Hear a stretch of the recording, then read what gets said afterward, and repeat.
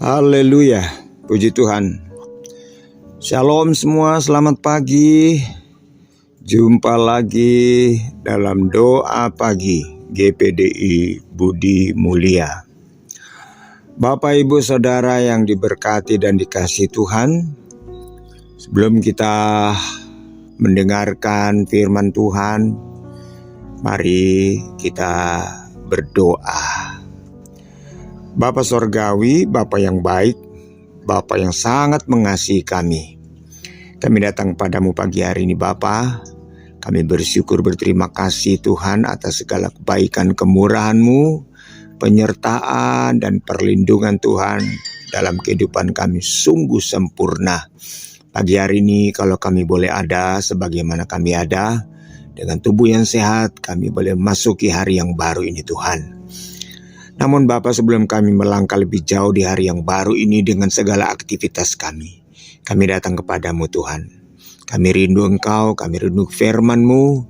Biarlah firman Allah di pagi hari ini boleh menjadi kekuatan dan tuntunan kami di sepanjang hari ini Tuhan. Roh Kudus mengurapi kami, Roh Kudus menolong kami agar supaya setiap firman Allah yang kami dengar itu boleh tertanam dalam hati kami. Berfirmanlah Engkau Tuhan dalam nama Yesus. Haleluya. Amin. Puji Tuhan. Pagi hari ini saudara, kita membaca firman Allah dari kitab Efesus. Efesus pasalnya yang kelima.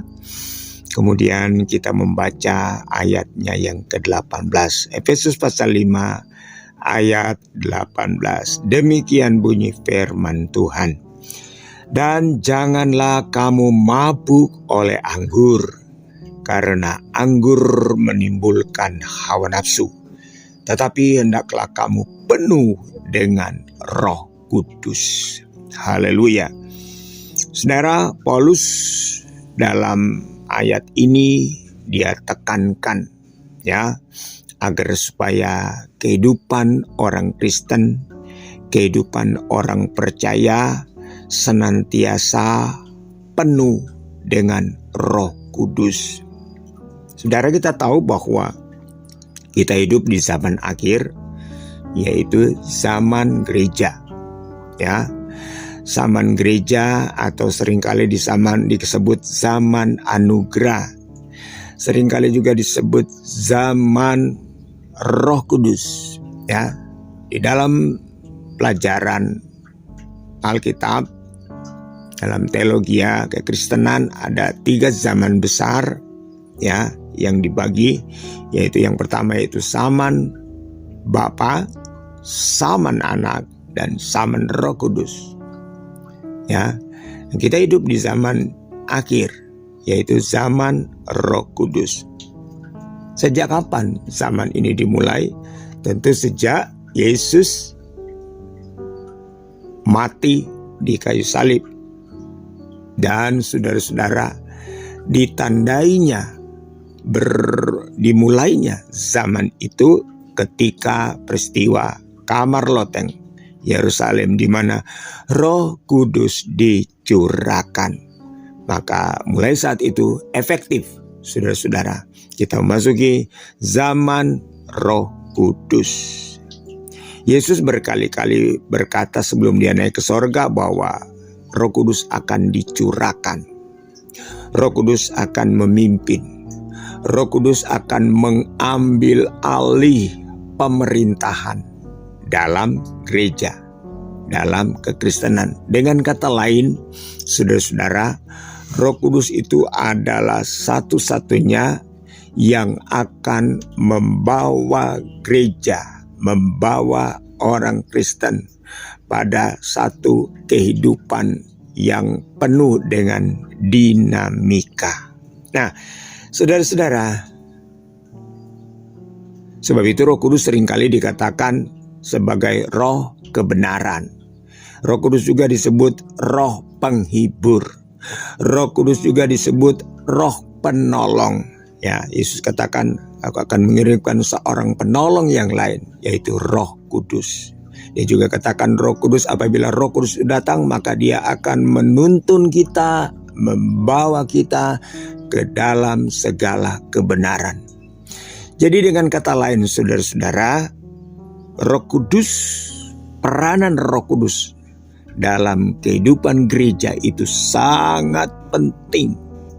Sangat penting.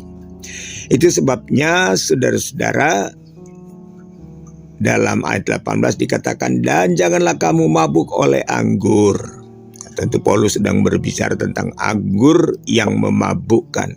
Anggur yang seringkali menimbulkan kemabukan serta menimbulkan hawa nafsu. Banyak sekali peristiwa terjadi, kriminal, perkelahian, pembunuhan yang diakibatkan oleh mabuk karena anggur, karena alkohol.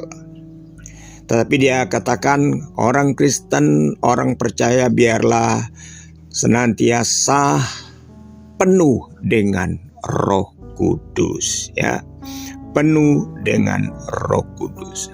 Nah, saudara-saudara, kapan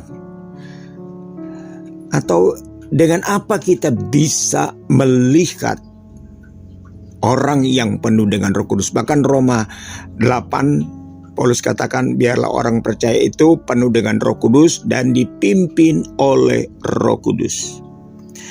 Saudara-saudara, saya ingin kita membaca di dalam Galatia pasal 5 untuk membuktikan sebagai tanda kita bisa melihat orang yang penuh dengan Roh Kudus. Ya, kita baca dalam Galatia pasalnya yang ke-5. Galatia pasal 5, kemudian kita akan membaca ayat 22 mulai.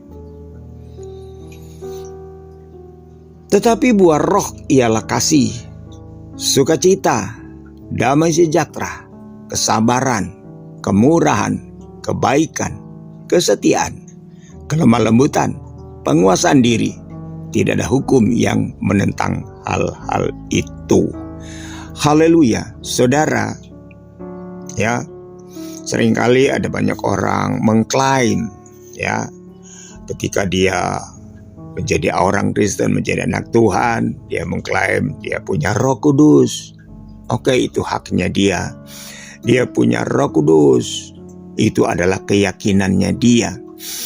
Tetapi saudara-saudara, orang yang dipenuhi Roh Kudus, orang yang dipimpin oleh Roh Kudus, tidak hanya sekedar saudara-saudara dia mengklaim, dia mengakui, dia mengatakan dia penuh Roh Kudus, tetapi saudara-saudara, orang yang penuh dengan Roh Kudus, kita baca tadi dalam Galatia pasalnya yang ke-5 ayat 22 mulai, itu ada buahnya. Ada buahnya. Bahkan Paulus pernah berkata dalam kitab Korintus, saudara-saudara, walaupun kamu bisa berbicara dengan berbagai-bagai bahasa, kamu punya karunia-karunia, tetapi kalau kita tidak memiliki salah satu, ya, buah Roh Kudus, yaitu kasih, maka Paulus katakan kamu bagaikan gong yang gemerincing, artinya kosong, nol. Jadi saudara-saudara, orang yang dipimpin oleh Roh Kudus otomatis dia harus berbuah.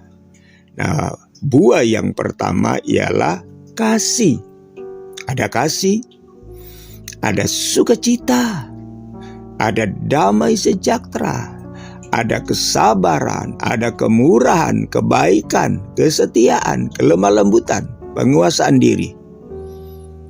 Itu tidak bisa dipisahkan, ya, tidak bisa dipisahkan dari kehidupan kekristenan kita. Kalau kita mengaku sebagai orang Kristen, mengaku sebagai orang percaya, ya, orang yang penuh dengan Roh Kudus, ada tanda, ada buah, ada sesuatu yang nyata yang membedakan dia dengan orang pada umumnya, ya. Apa artinya kalau dia katakan punya Roh Kudus, penuh Roh Kudus, bisa berbahasa roh, tapi ternyata dia tidak punya kasih, tidak punya kesabaran, ya, dengar omongan sedikit tidak menyenangkan langsung marah, mengumpat, ya. Tidak ada sukacita, setiap hari hanya menggerutu, tiap hari bersungut-sungut, ya.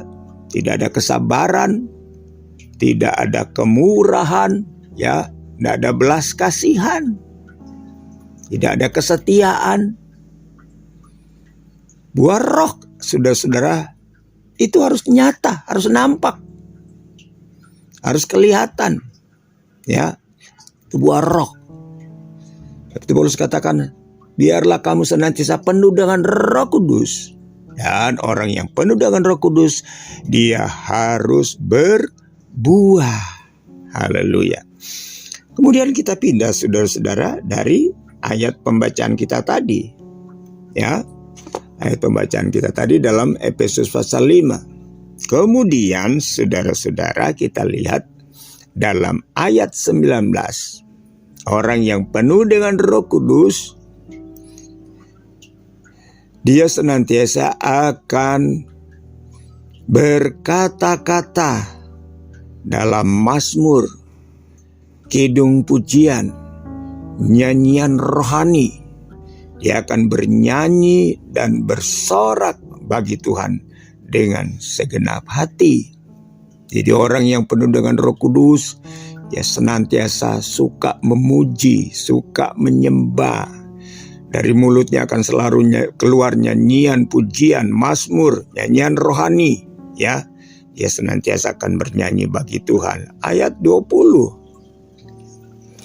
Ucaplah syukur senantiasa atas segala sesuatu dalam nama Tuhan kita Yesus Kristus kepada Allah Bapa kita. Senantiasa mengucap syukur, selalu ada syukur yang keluar dari mulutnya. Senantiasa mengucap syukur, selalu bersyukur. Orang yang penuh dengan Roh Kudus selalu bersyukur dalam segala hal, dalam segala keadaan. Dia selalu bersyukur. Ayat 21.